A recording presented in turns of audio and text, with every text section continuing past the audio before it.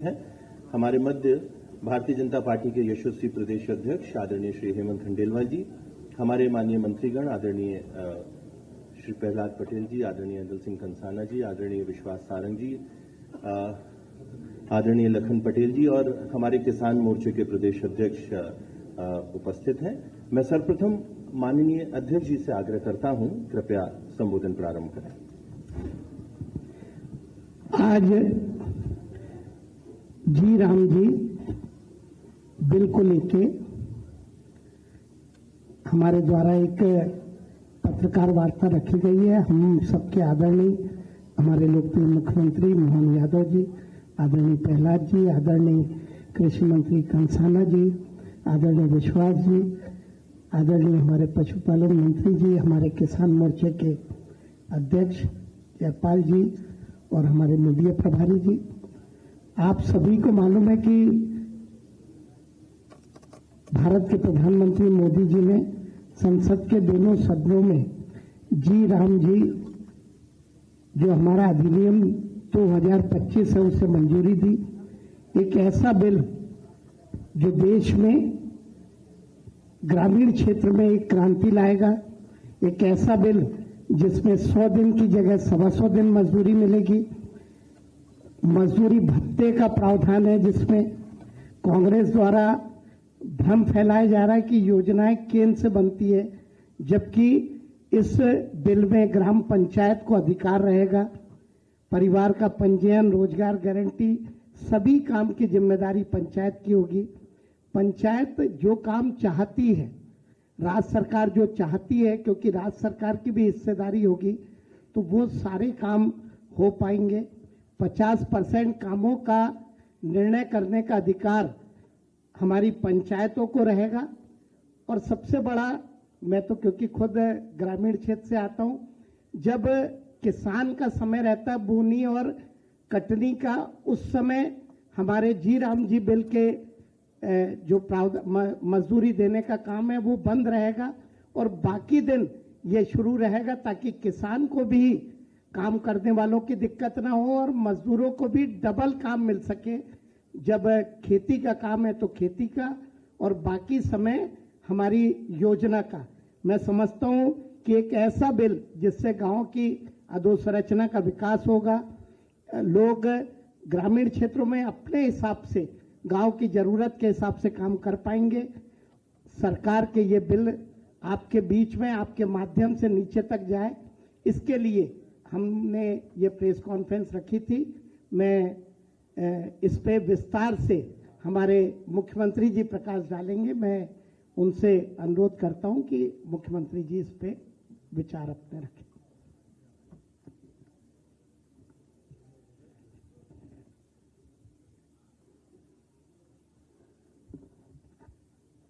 मध्य प्रदेश सरकार, भारत सरकार द्वारा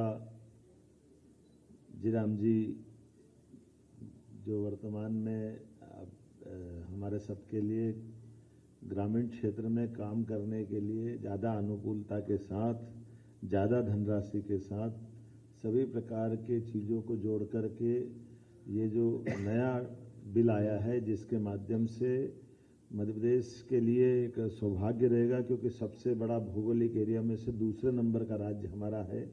और ऐसे में जब हमारे अपने ग्रामीण क्षेत्र के सभी प्रकार के विकासपरक कामों के लिए, रोजगार आधारित कामों के लिए जी राम जी के आधार पर बड़ी धनराशि माननीय प्रधानमंत्री जी के माध्यम से देश को दी गई है। मैं माननीय प्रधानमंत्री श्रीमान नरेंद्र मोदी जी का, माननीय कृषि मंत्री श्रीमान शिवराज सिंह जी का आभार भी मानता हूं कि ये सच में समयपूर्ण है और हमारे लिए सौभाग्य की बात है कि मध्य प्रदेश में हमारे माननीय अध्यक्ष हेमंत जी ने अपनी बात रखी। माननीय हमारे पंचायत ग्रामीण विकास मंत्री श्रीमान प्रहलाद पटेल जी यहाँ मौजूद है, खेल मंत्री माननीय विश्वास सारंग जी, कृषि मंत्री अदल सिंह कंसाना जी, श्रीमान लखन पटेल जी, हमारे बीच में जयपाल चावड़ा जी, यहाँ का आशीष जी, और हम सब मिलकर के आज के इस अवसर पर खास करके केंद्र सरकार ने अधिसूचना जारी कर राज्य सरकार को 6 महीने के भीतर विधेयक के संगत एक स्कीम अधिसूचित करने के संबंध में जो अपेक्षा की, हम उस पर काम भी करेंगे और उसको क्रियान्वित भी करेंगे। जिस प्रकार का मुझे बताया गया है कि मनरेगा के माध्यम से 100 दिवस के रोजगार की गारंटी थी, उसको बढ़ाकर 125 दिवस किया गया है। तो ये निश्चित रूप से उससे आगे बढ़ के करने वाला कदम है। इसी प्रकार से अधोसंरचना के लिए भी, जिस प्रकार से स्थायी कामों के लिए इसमें आजीविका सृजित होगी, कौशल और उद्यमिता में काम होगा। अब हम सब जानते हैं कि हमारे यहाँ कौशल की बात कर रहे हैं, उद्यमिता की बात कर रहे हैं, तो उसमें भी बड़ी संभावना है। मनरेगा में वर्ष में कभी भी मजदूरी प्राप्त कर सकते हैं और खास करके व्यस्तम समय से लेकर विशेष रूप से बुआई और कटाई के समय में भी कृषि श्रमिकों को काम की उपलब्धता को सुनिश्चित किया जाएगा। इसके अधिनियम में राज्यों को एक वित्तीय वर्ष में कुल मिलाकर 60 दिन का अधिसूचित करने का प्रावधान है। बुआई कटाई की व्यस्तम और समित अवधि को भी इसमें सम्मिलित किया है। और जिस प्रकार से अधिनियम में जो भविष्य की संभावना है, अर्थात प्राकृतिक आपदा, असाधारण परिस्थितियों के दौरान विशेष शिथिलीकरण, ऐसे कई निश्चय करते हुए इसमें गुंजाइश दी गई है, जो हमारे लिए पहले चुनौती रहती थी। और राज्य और केंद्र के मध्य भी राशि की साझेदारी भी इसमें बनाने के लिए बहुत अच्छे से, लगभग ये जो राज्यों के लिए 60-40 का रेशो इसमें रखा है। इसके आधार पर हमारे लिए, हमारे ग्रामीण क्षेत्र में, चूंकि हमारे यहाँ ट्राइबल का बेल्ट भी है और कई आकांक्षी जिलों के अंदर भी काम होता है, ऐसे में जब हमने तो अपना इसका दायरा बढ़ा करके गौशाला तक जोड़ा है, कहीं तालाब निर्माण से लगा करके गांवों के अंदर के भी जन कल्याणकारी कामों के लिए विस्तृत दायरा लिया है। मैं उम्मीद कर रहा हूं कि इस अधिनियम का सच में रोजगार का, इसमें कानूनी अधिकार के लिए एक तरह से मौका दिया है। 125 दिन तो उनको दिए ही हैं। अब इस बात को तो किसी से कोई छिपा नहीं सकते हैं कि पहले के दिन 100 दिन थे, अब 125 दिन हुए। अब इसमें और आगे जाकर देखें तो वंचितों, विशेषकर महिलाओं को, SC ST को, भूमिहीन परिवारों को विशेष प्रावधान के अंतर्गत इसमें लाभ देने की प्लानिंग की गई है। इसमें अकुशल मजदूरी के लिए दर निर्धारण की भी अच्छी पद्धति लगाई है, जिसमें कहा गया कि अकुशल शारीरिक कार्यों की मजदूरी दरें केंद्र सरकार तय करेगी और जब तक अलग से नई मजदूरी दरें घोषित नहीं होगी तब तक महात्मा गांधी नरेगा के अंतर्गत तय मजदूरी से दरें देंगे। अब ये इसके कई अंदर की चुनौतियों के आधार पर भी जो कठिनाई होती है, और हम सब जानते हैं कि पहले नरेगा था, नरेगा से मनरेगा बना और मनरेगा से जयराम जी बना, तो सुधार और संशोधन तो प्रक्रिया का हिस्सा है। ये अलग बात है कि ठीक है, विपक्ष का काम कुछ बोलना तो बोले, लेकिन सरकार का काम समयोचित निर्णय लेते जाएं और खास करके रोजगार न मिलने की स्थिति में भी ग्रामीण परिवारों को मांग प्रस्तुत करने के आधार पर निर्धारित समय सीमा में काम देने की बात भी कही है। और राज्य सरकारें द्वारा दरें और शर्तों के अनुसार बेरोजगारी भत्ता देने का भी इसमें बाध्यता दे दी गई है। अब ये अपने आप में बड़ा उसका संयोजन करने का, बड़े दायरे में लाने का प्लान किया। और महिलाओं के लिए भी SHG और संकुल स्त्री संघ CLF के आजीविका क्रियाकलापों के लिए भी नई शुरुआत है।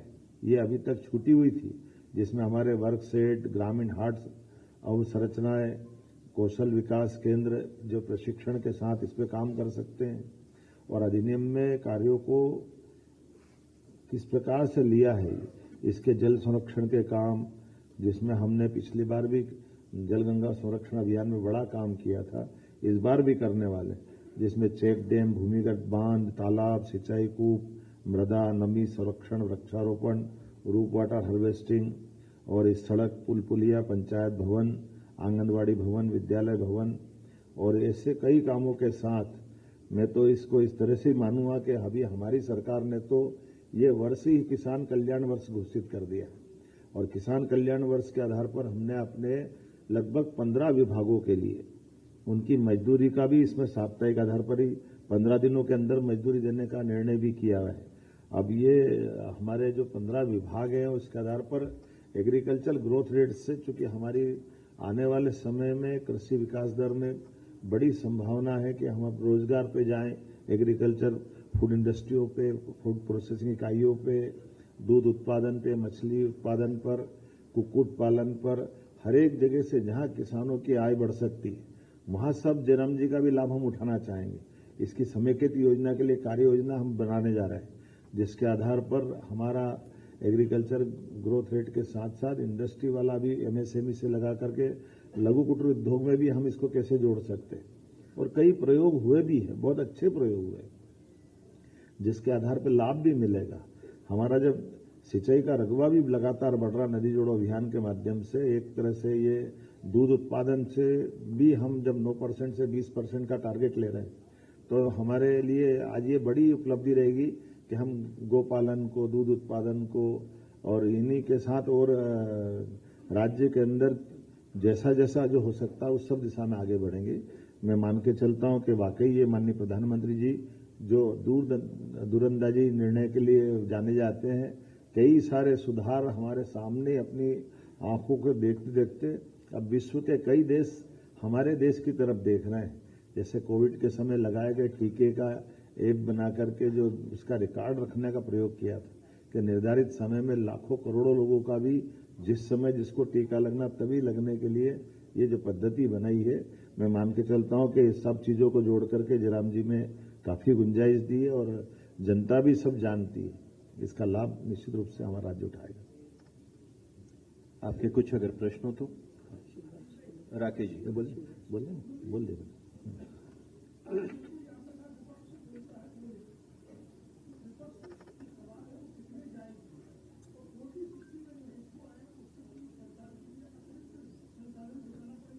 नहीं, हमारी सरकार इसमें सक्षम है। हम ये 40-60 का जो रेशो है वो बहुत अच्छा है और हम तो पहले ही लागू कर चुके हैं।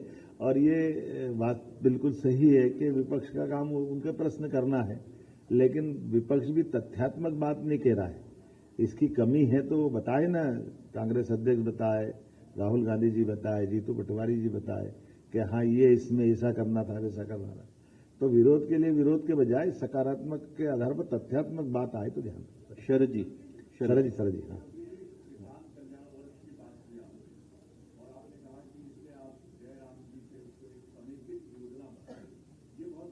बहुत अच्छा।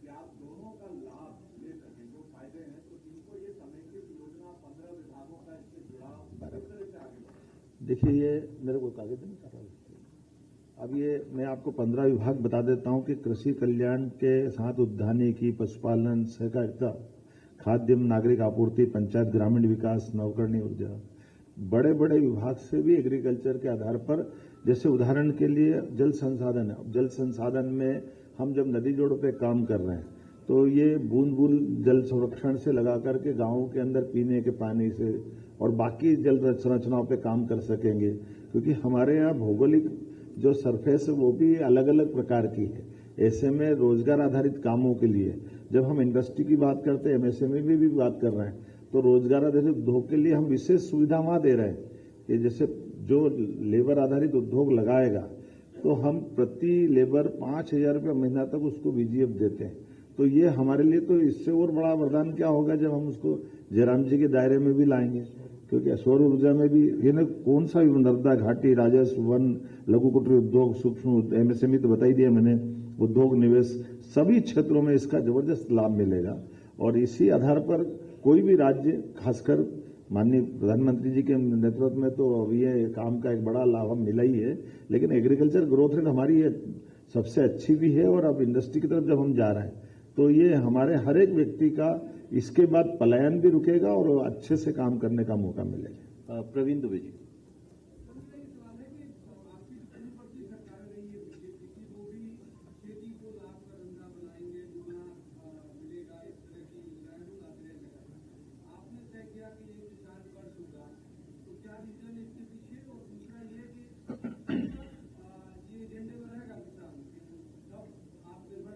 जब तक धरती पे इंसान रहेगा तब तक किसान रहेगा।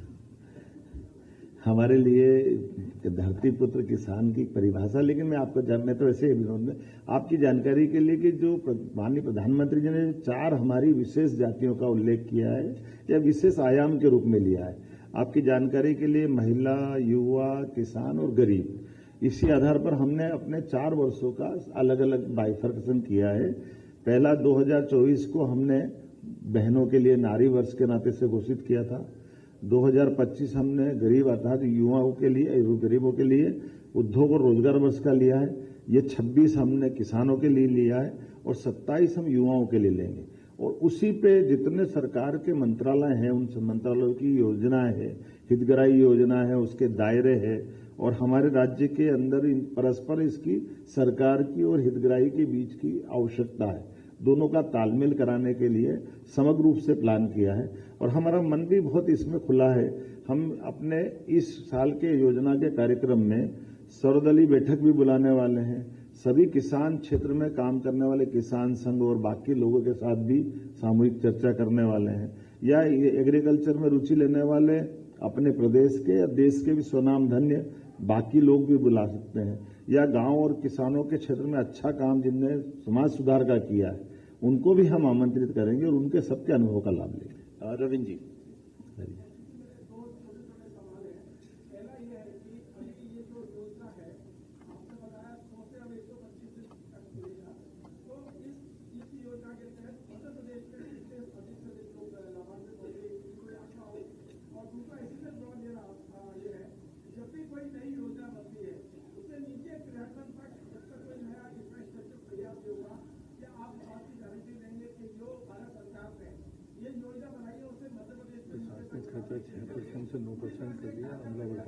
जी, जैसे आपने प्रश्न अच्छा किया कि ये इस योजना के अंदर ही आप मोटे तौर पे देखना कि पहले प्रशासनिक अमला इसके लिए 6% था, अब बढ़ा के 9% किया ताकि वो नीचे तक उस पूरे दायरे को लेके आए और पूरी बात का लाभ नीचे तक लोग ले, किसान ले और संबंधित जो भी इससे हितग्राही उसका लाभ मिले। मृगेंद्र सिंह जी,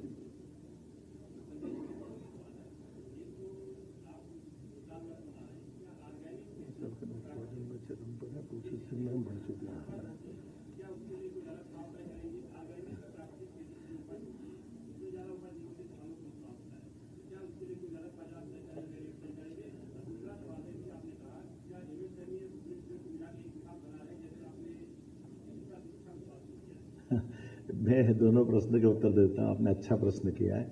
ये जो प्राकृतिक खेती के आधार पर जो किसान अपना अपना उत्पादन फसल का या फलों का जो करते हैं उनको ये थोड़ी चुनौती रहती है कि वो, लेकिन अब हमने निर्णय किया कि हर जिले पर इसके लिए हम इस प्रकार के इनके स्टॉल मार्केट तय कराएंगे जहां प्राकृतिक खेती से उत्पाद में उपलब्ध जनता को रहे।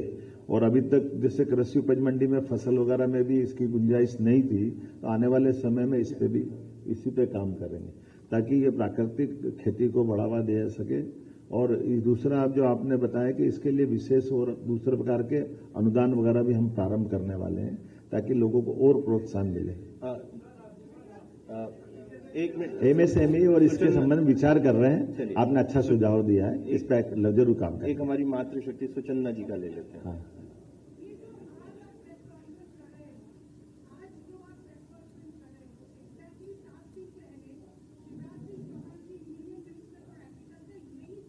जिले में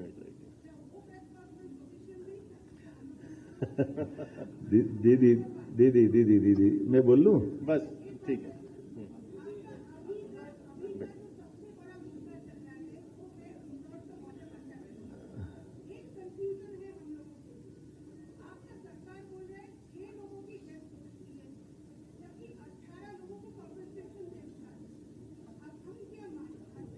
ठीक है दीदी, हो गया, प्रश्न आ गया, बैठिए आप। आपने बोल देते हैं अभी तो हम लोग जिले में जाके हम लोग करने वाले हैं, विषय यही रहेगा।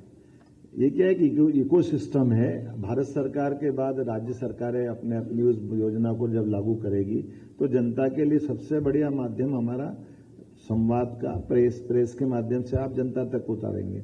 तो मुख्यमंत्री स्तर पे आज कर रहे हैं, माननीय प्रभारी मंत्री माननीय कृषि मंत्री जी ने इस बात का अच्छे से जवाब दे दिया कि अभी इसके बाद जिले में भी होने वाली है और जिले से फिर तहसील में भी लोग करेंगे। जब तक हम ये इस बात को नीचे नहीं उतारेंगे तो बात कैसे बनेगी? एक बात। दूसरा, एक विनम्रता के साथ निवेदन करना चाहूंगा कि ये जो आपने कहा कि गिनती का, हमारे लिए एक भी व्यक्ति की जान जाना अत्यंत कष्ट का विषय है, इसलिए हम इसके आंकड़े में नहीं पड़ रहे। ये अलग बात है कि प्रशासन की दृष्टि से उनका जो अपना तरीका होता है कि आमतौर पर जिनने पीएम कराया है तो वो जो आंकड़ा उनका कुछ था, हमने कहा कोई बात नहीं, उस परिक्षेत्र के अंदर जो हमारी एक खास करके दुखद जब घटना होती तो उसका पंजीयन होता नगर निगम के माध्यम से, तो जो वहां के लोग चाहेंगे उनके दृष्टि से अगर कोई राहत देने की बात आएगी तो हमारी सरकार उस आंकड़े के बजाय हम सबके साथ है। वो बड़ी कष्ट की चीज थी, उसको हम उसे लेंगे। आप सबकी उपस्थिति के लिए सादर धन्यवाद। आप सभी भोजन पर आमंत्रित हैं। बहुत धन्यवाद। बहुत धन्यवाद।